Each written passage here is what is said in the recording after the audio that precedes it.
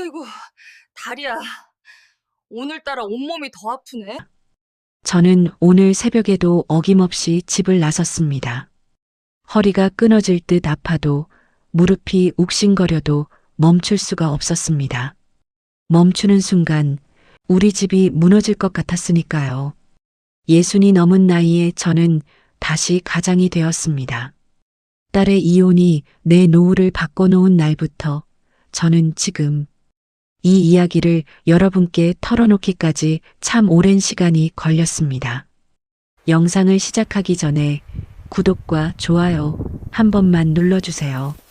여러분의 작은 손길이 영상을 만드는데 큰 힘이 됩니다. 오늘 이야기를 시작하겠습니다. 저는 청소 일을 합니다. 이른 새벽 아무도 없는 건물 복도를 혼자 쓸고 닦는 일입니다. 허리가 좋지 않아 한층 한층 오를 때마다 이가 갈리는 날도 있고 무릎이 삐걱거려 계단을 내려올 때 몰래 난간을 꽉 붙잡을 때도 있습니다. 하지만 저는 그 일이 싫지 않았습니다. 오히려 좋았습니다. 내가 벌어서 내가 쓰고 누구에게도 손 벌리지 않아도 되는 그 느낌. 그것만으로 충분했습니다. 자식들도 다 제 몫을 살아가고 있었고 남편은 일찍 세상을 떠났지만 저는 그 이후에도 잘 버텨왔습니다. 아니, 버텼다는 표현보다는 걸어왔다는 게 맞겠습니다. 느리더라도 제 두 발로 넘어지면 스스로 일어나면서요. 그렇게 저는 제 노후를 조용히 소박하게 꾸려가고 있었습니다. 이 정도면 충분하다고 생각했습니다. 아니, 이 정도면 잘 살아온 거라고 생각했습니다. 큰 욕심 없이 남에게 짐이 되지 않으면서 내 먹을 건 내가 벌며 사는 것.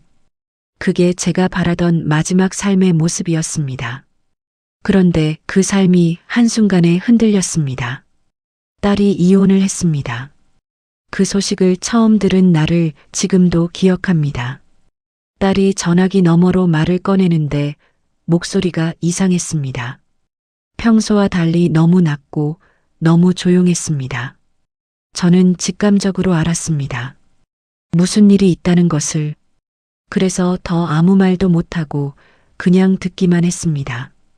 전화를 끊고 나서 한동안 아무것도 하지 못했습니다. 멍하니 앉아서 창밖을 바라봤습니다. 딸이 그동안 힘들었다는 걸 저도 알고 있었습니다. 몇 번이나 뭔가 이상하다 싶었고 몇 번이나 물어보려다 말았습니다. 딸이 먼저 말해주길 기다렸는데 결국 이런 방식으로 그 이야기를 듣게 됐습니다. 그때 저는 엄마로서 제가 너무 멀리 있었던 건 아닌가 하는 생각이 들었습니다. 가슴이 무겁고 미안하고 그러면서도 딸이 너무 안쓰러웠습니다. 며칠이 지났습니다. 그날 저녁 딸이 어린 손주를 안고 집 문 앞에 나타났습니다. 짐은 많지 않았습니다. 커다란 가방 하나와 손주의 작은 배낭 하나. 그게 전부였습니다. 오히려 그 짐이 너무 작아서 더 마음이 아팠습니다. 긴 결혼 생활의 끝이 저 작은 가방 하나라는 게. 딸의 얼굴은 많이 야위어 있었습니다. 눈 아래 그늘이 내려앉아 있었고 웃으려고 애쓰는 게 보였지만 그 웃음이 더 슬펐습니다. 엄마, 잠깐만 있을게. 그 한마디를 하는데 딸의 목소리가 살짝 떨렸습니다. 저는 아무것도 묻지 않았습니다. 왜 이렇게 됐는지, 앞으로 어떻게 할 건지 그런 말은 하나도 꺼내지 않았습니다. 그냥 문을 열었습니다. 그래, 들어와. 들어오는 딸의 뒷모습을 보면서 저는 속으로 말했습니다. 괜찮아, 여기 있어. 엄마가 있잖아. 말로는 하지 않았지만 그렇게 마음으로 말했습니다.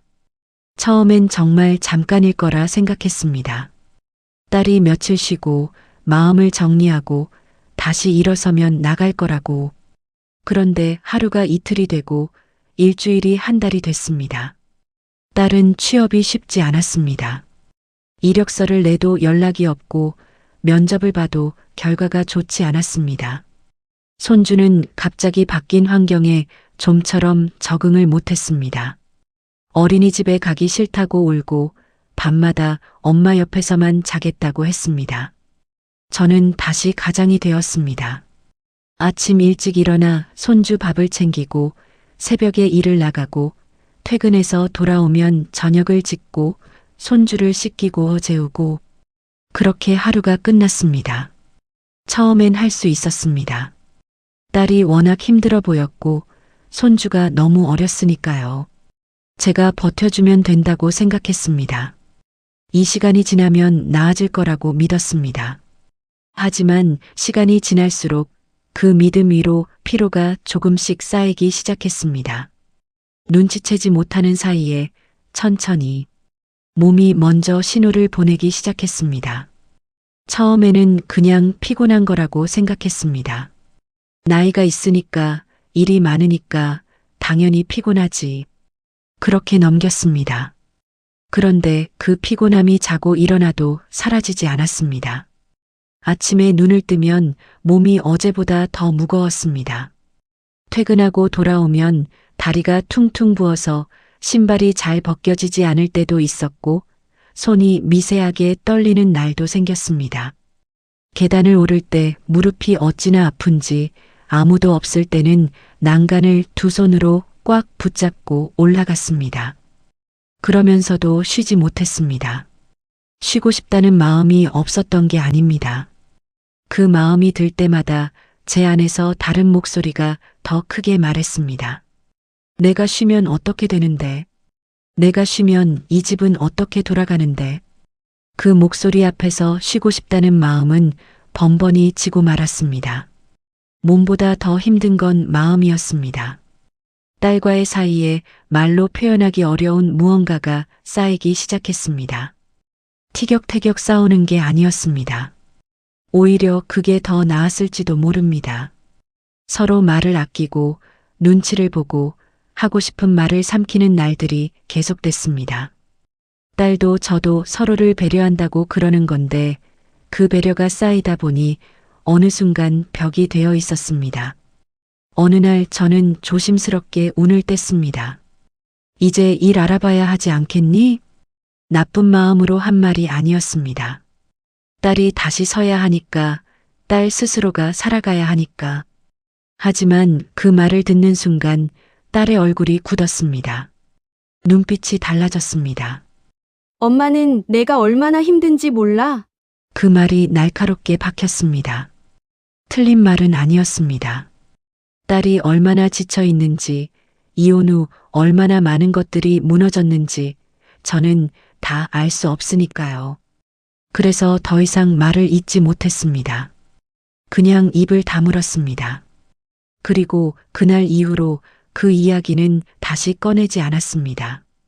그렇게 또 시간이 흘렀습니다. 저는 계속 일을 나갔고, 계속 밥을 짓고, 계속 손주를 돌봤습니다. 아무 일도 없는 것처럼, 다 괜찮은 것처럼. 하지만 속에서는 무언가가 조용히 달아가고 있었습니다. 그러다 그날이 왔습니다. 아침에 눈을 떴는데 몸이 말을 듣지 않았습니다.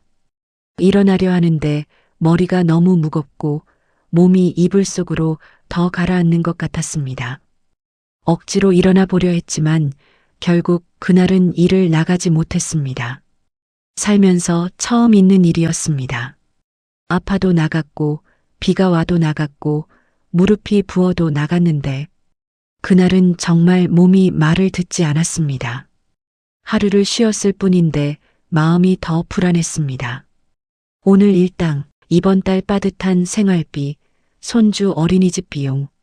머릿속이 복잡했습니다. 몸은 쉬고 있었지만 마음은 한시도 쉬지 못했습니다. 그날 저녁 저는 용기를 내서 말했습니다.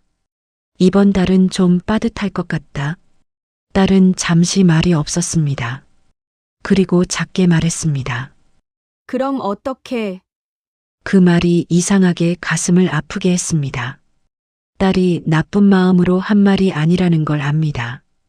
딸도 그 말 한마디밖에 할 수 없었던 거겠지요. 하지만 그 순간 제 안에서 오랫동안 눌려있던 것들이 한꺼번에 올라왔습니다. 참아왔던 피로 삼켜왔던 서운함, 꾹꾹 눌러두었던 외로움. 그것들이 한꺼번에 목 끝까지 차올랐습니다. 저는 결국 말해버렸습니다. 나도 이제 좀 쉬고 싶다. 말을 하고 나서 아무 감정이 올라오지 않았습니다. 그냥 그 말이 제 입에서 나왔다는 게 실감이 나지 않았습니다. 평생 이런 말을 해본 적이 없었으니까요. 힘들어도 버텼고, 지쳐도 일어났고, 쉬고 싶어도 참았습니다. 그게 당연한 줄 알았습니다. 그런데 그날 밤 그 말이 제 입에서 나왔습니다. 저는 그제야 알았습니다. 제가 얼마나 오래, 얼마나 깊이 지쳐 있었는지를요.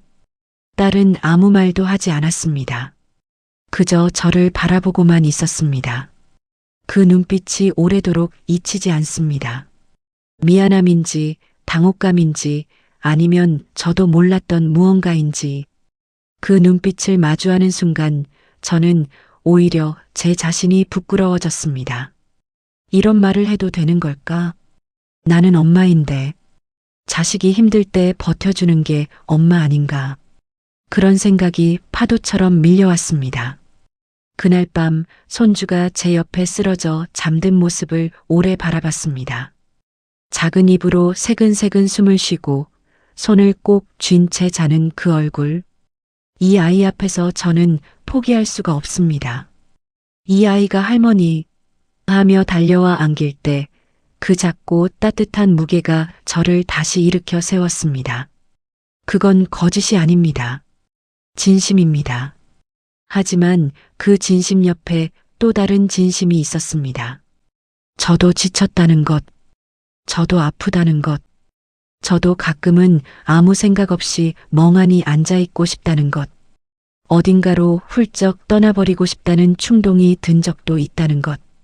그런 마음이 드는 게 나쁜 엄마라는 증거가 아니라는 것을 그때서야 처음으로 스스로에게 말해줄 수 있었습니다.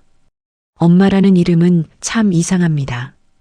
그 이름 하나로 모든 것을 감당할 수 있는 사람처럼 여겨지고 저 또한 그렇게 스스로를 몰아왔습니다. 하지만 그날 밤 저는 처음으로 이런 질문을 했습니다. 엄마라는 이유로 어디까지 감당해야 하는 걸까? 그리고 내 인생은 언제쯤 다시 내 것이 될 수 있을까? 그 질문이 무서웠지만 동시에 오랫동안 했던 질문이기도 했습니다. 저는 아직 그 질문에 대한 완전한 답을 찾지 못했습니다. 딸은 여전히 제 집에 있고 손주는 이제 조금씩 어린이집에 적응해 가고 있습니다. 딸도 요즘은 조금씩 일을 합니다. 말로 하지는 않지만 그날 밤 제 눈빛을 본 이후로 무언가 달라진 것 같습니다. 저도 그 이후로 조금 달라졌습니다. 이제는 말합니다. 힘들면 힘들다고, 아프면 아프다고, 쉬고 싶으면 쉬어야겠다고. 그게 딸에게 짐을 주는 말이 아니라 서로가 서로를 사람으로 바라보는 시작이라는 걸 이제는 압니다. 저는 여전히 새벽에 집을 나섭니다. 허리는 여전히 쑤시고 무릎은 여전히 좋지 않습니다. 하지만 예전과 다른 게 있다면 이제는 돌아오는 길에 가끔 하늘을 올려다본다는 것입니다. 그게 뭐가 대단하냐고 하실 수도 있지만 저에겐 그게 많이 달라진 겁니다. 예전엔 고개 들 여유도 없었으니까요. 이 이야기를 들어주시는 여러분 중에도 저 같은 분들이 계실 거라 생각합니다. 자식을 위해, 손주를 위해 자신을 제일 뒤로 밀어두고 살아오신 분들, 그분들께 이 말을 드리고 싶습니다. 당신이 지쳤다는 말을 꺼내는 것은 잘못이 아닙니다. 엄마이기 전에 당신은 한 사람입니다. 아프고 지치고 쉬고 싶을 수 있습니다. 그 마음이 부끄럽지 않아도 됩니다. 오늘도 새벽을 버텨내고 계신 분들 정말 수고 많으셨습니다. 제 이야기가 조금이라도 위로가 되셨다면 구독과 좋아요 부탁드려요. 댓글에 여러분의 이야기도 남겨주세요. 다음 영상에서 찾아뵙겠습니다. 감사합니다.